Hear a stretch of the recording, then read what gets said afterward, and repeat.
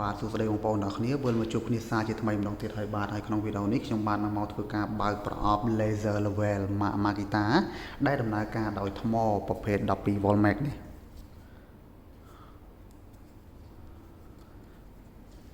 បាទចំពោះ laser level មួយប្រអប់នេះតែម្ដងគឺមានលេខកូដ SK700GD បាទ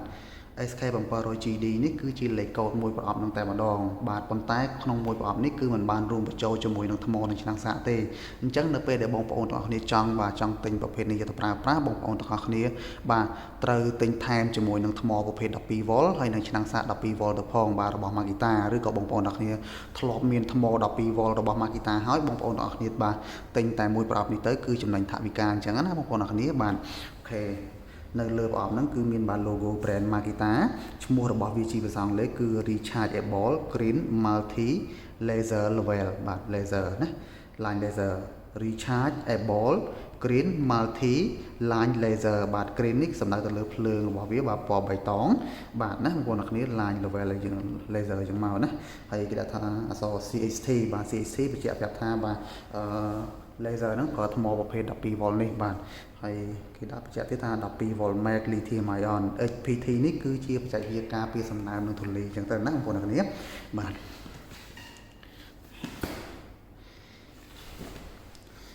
ខ្ញុំមកធ្វើការបើកប្រអប់របស់នេះ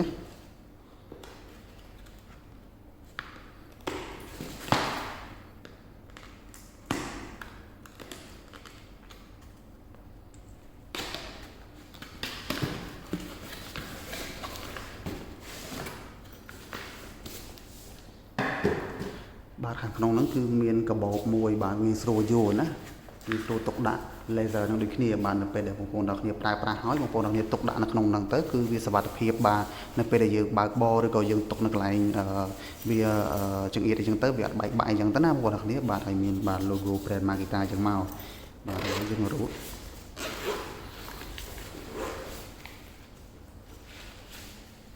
បាទកន្លែងនេះកន្លែងដាក់បាទឈ្មោះរបស់វាឬក៏បាទម្ចាស់កម្មសិទ្ធិអីចឹងទៅណាដាក់ចំណាំហ្នឹងមកបាទនៅខាងក្នុងហ្នឹងរួមមានបាទនេះគឺជាបាទជើ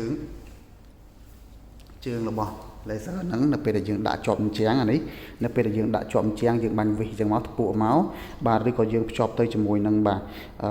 គេថាជើង tripod អញ្ចឹងទៅណាបងប្អូននេះជើង3ប្រឈរអញ្ចឹងទៅបងប្អូននេះហើយនេះសម្រាប់មូលបាទភ្ជាប់ជាមួយនឹង laser ហ្នឹងណានេះមានបាទមានអានេះជាប់ធំអញ្ចឹងមកបាទឬក៏បងប្អូនគ្នាមានជើងតូចបាទភ្ជាប់ជើងតូចអញ្ចឹងមកណាអូខេបាទនេះគឺបាទគឺសម្រាប់បាទពិនិត្យអាក់ហ្នឹងថាវាត្រូវត្រង់ឬអត់អញ្ចឹងណាបងប្អូនគ្នានេះ laser target វាមាន1 2 3 4 5ចឹងមកបាទ1 2 3 4 5ចឹងមកហើយមានចំណុចកណ្ដាលអញ្ចឹងទៅណាបងប្អូនគ្នាអូខេនេះជើងរបស់វាបាទក្នុងហ្នឹងមានបាទគឺជា dish បាទ dish ហ្នឹងគឺជា dish ដែលបង្រៀនពីការប្រើប្រាស់ instruction manual បាទហើយនេះគឺបាទសភៅណែនាំពីការប្រើប្រាស់របស់វាបាទនេះគឺជាសភៅហ្នឹងណាគឺជាសភៅដែលបង្រៀនពីការប្រើប្រាស់ហ្នឹងហើយវាបាទមានកលឹះតិចតួចក្នុងការមើលអញ្ចឹងទៅណាអូខេបាទតមកទៀតបាទនេះគឺជា laser មួយហ្នឹងបាទ demo អញ្ចឹងមកណាអូខេ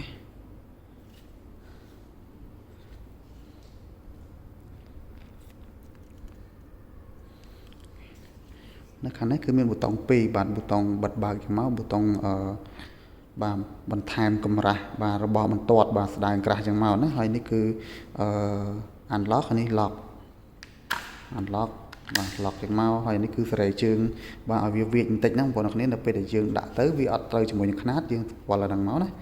បាទបវល់ឡើងឲ្យត្រូវបាទຂະຫນាតអីចឹងទៅណាអូខេកន្លែងនេះត្រូវដាក់ថ្មបាទឥឡូវយកថ្មមកដាក់នេះបាទថ្ម 12Vបាទនឹងដាក់ចូលអូខេបាទហើយនេះប៊ូតុងបើកបបមកបាទអញ្ចឹង laser នេះគឺមានបាទ1 2 3បាទ3អាក់ណាអូខេបាទអូខេបងប្អូនអរគ្នាបាទឃើញប៊ូតុងនេះបាទប៊ូតុងចុចបិទបើកយ៉ាងមកបាទថាប៊ូតុងហ្នឹងយើងសេរីបាទ1 2 3 4យ៉ាងមកនេះបាទ1 2 3យ៉ាងមកណាឥឡូវខ្ញុំដាក់មកកន្លែងនេះ cạnh màu unlock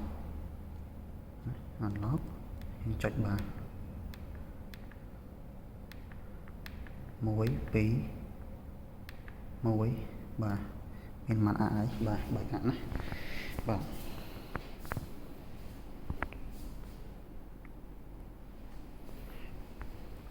mùi đi cục lưới bà mùi đi cục lưới bà bày nè bà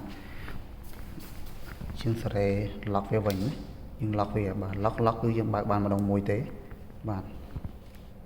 muối phí bày nè muối phí bày trắng dân nó phải để dừng lót cứ dừng bạn mà đồng mùi tế nó phải để dừng ăn lọc về vĩnh và cứ dừng bạn mà đồng thằng bày của bạn này nè dừng sẽ muối phí bày dừng màu nè ok bạn dừng ai sẽ bàn okay.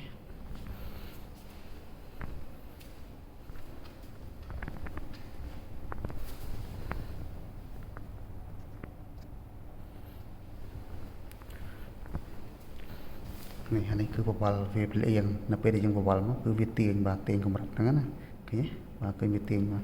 công đặt đấy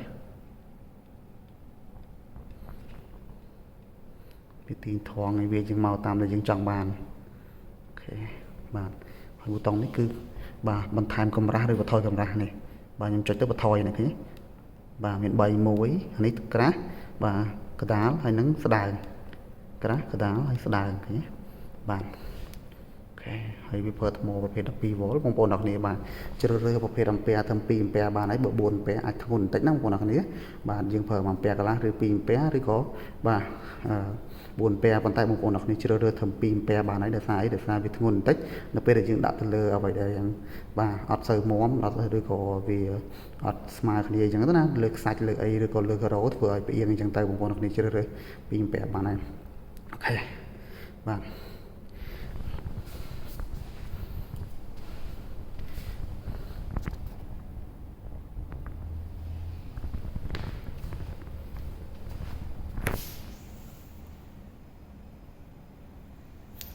bạn chẳng cho bộ video bàiประกอบ và laser level បានមក Makita ដែលមានលេខកូដ SK700GD ខ្ញុំអត់មានតែប្រឹងទេសម្រាប់បងប្អូនអ្នកគ្នាបាទចង់ទិញទៅប្រើប្រាស់បាទចង់ដឹងបាទពីតម្លៃផ្សេងបាទឬក៏ចង់ដឹងពីបច្ចេកទេសវាបន្ថែមទៀតបងប្អូនអ្នកគ្នាអាច comment នៅខាងក្រោមវីដេអូឬក៏តាក់ទងលេខទូរស័ព្ទដែលខ្ញុំសរសេរជាមួយនឹងបាទ description ហ្នឹងណាបងប្អូនអ្នកគ្នាបាទអរគុណច្រើនបងប្អូនអ្នកគ្នាបាយបាយ